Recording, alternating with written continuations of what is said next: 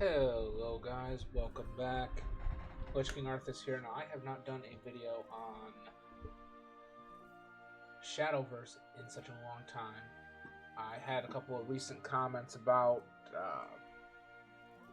building new decks and kind of figuring out how to make the game go, kind of build better decks, and questions about card terms and whatnot.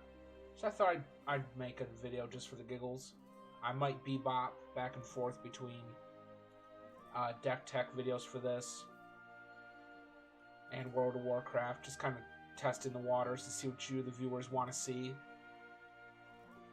With that being said, this one is on my Dragoncraft deck. The hero for it is Rowan, obviously. And it's called Fear the Depths. So we're going to check that out, and then I'll take it into a ranked match just to show you guys how it functions. Now it uses there we go. It uses 3 Adherent of Ardors, 3 Blazing Breath, 1 Dragon Hunt, 2 Perilous Setbacks, 3 Dragon Riders, 2 Marguerite Mermaids, 1 Coral Shark, just because I don't have any other ones. But the key to the deck here is the Dragon Oracle. You pay 2 mana, you gain an empty play point orb. If Overflow is already active for you when this card is played, draw a card. And Overflow is going to be the main function of Dragoncraft because it's mostly what Dragoncraft cards do. Now, Overflow is an interesting mechanic. Once you have 7 play orbs, or mana as I call them, all of your cards' overflow abilities kick. Well, this would gain ward, which means they have to strike it before striking you, if you have overflow. But with that being said, there's also 2 Firstborn Dragons, 2 Whimsical Mermaids, 2 Beginner Dragoon, 3 Frost Lizards, 3 Tentacled Sea Devil, 3 Serpent Wrath, 2 Disaster Dragon, 2 Dragon Guards, 1 Rock Whale, 1 Dread Dragon, and 1 Mermaid of Punishment. Now, the reason I use mermaids in this deck is because of their ability to give +0/+1 to all Dragoncraft followers in my deck. Now, there's a goal for this. One of the creatures kicks off if it has a higher defense. So let's see, I believe it's going to be one of the weaker creatures. It's probably her. Nope. Oh yeah. And the Dragon Rider gains +2/+0 if Overflow is active, so it becomes a 4/2.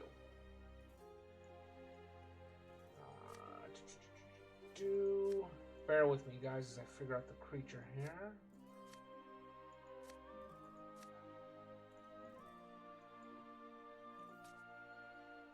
But yeah, basically, that's it. I guess I'm just going to say that.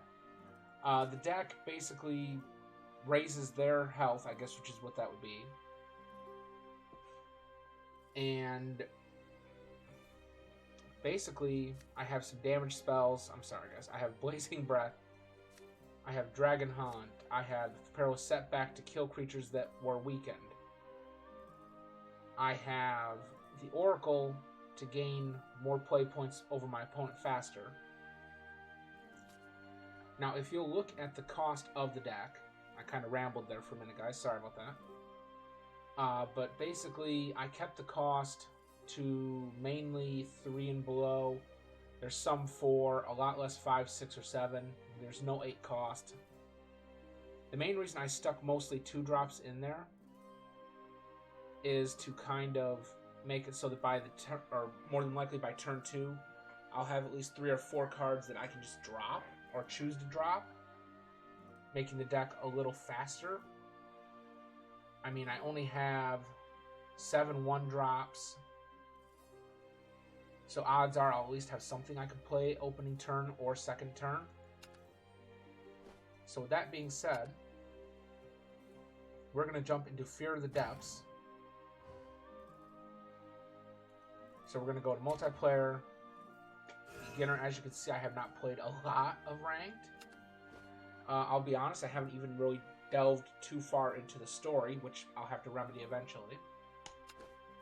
Let's see, Fear of the Depths. I did play one test round with it last night, won my match. It was pretty one-sided.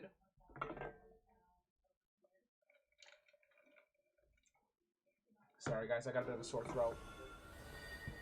But it all comes down to depending on what you're versing. This one's for my family. Now, Bloodcraft might be my Achilles heel. Alright, we're going to get rid of the Serpent Wrath because it's too early. But that just made it worse, didn't it? But the goal of this deck is to get bigger creatures out faster than my opponent.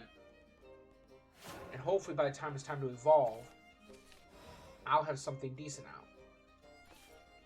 Alright, so we drew 2 Dragon Oracle. So, on my next turn, I'll pop a Dragon Oracle, and as you saw, now I'm already an orb ahead of him. So, we will play this.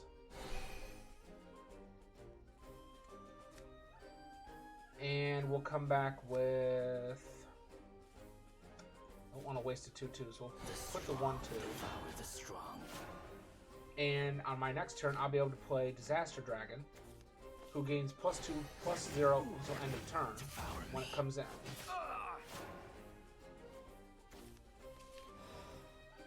And if Overflow is active, destroy all damaged enemy followers. Nope. So we'll play Disaster Dragon.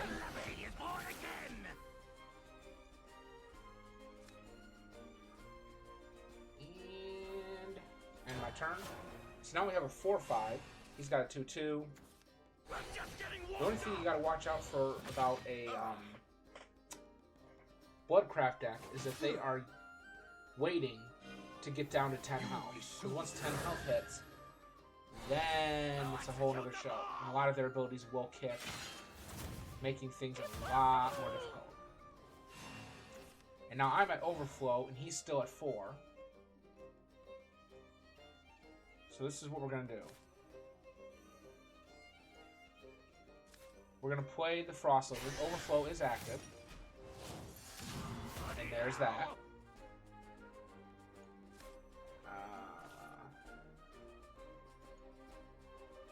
Then, we're going to play Dragon Rider.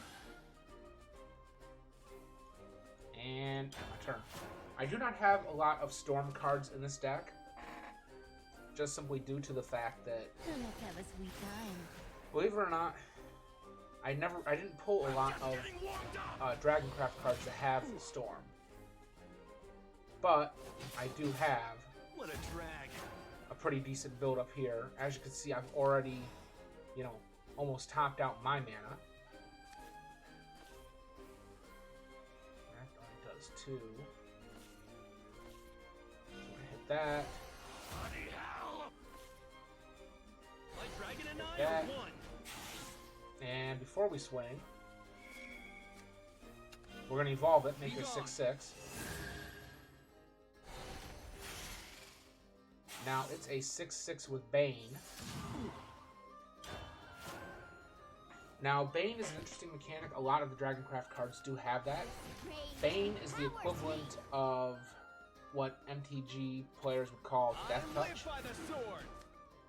Because if you click over here to Bane, followers that have Bane automatically destroy any other followers they attack. Followers that attack them are automatically destroyed. So basically anything I deal damage to, it gets whiffed. See? Which really, in all fairness, isn't a bad ability.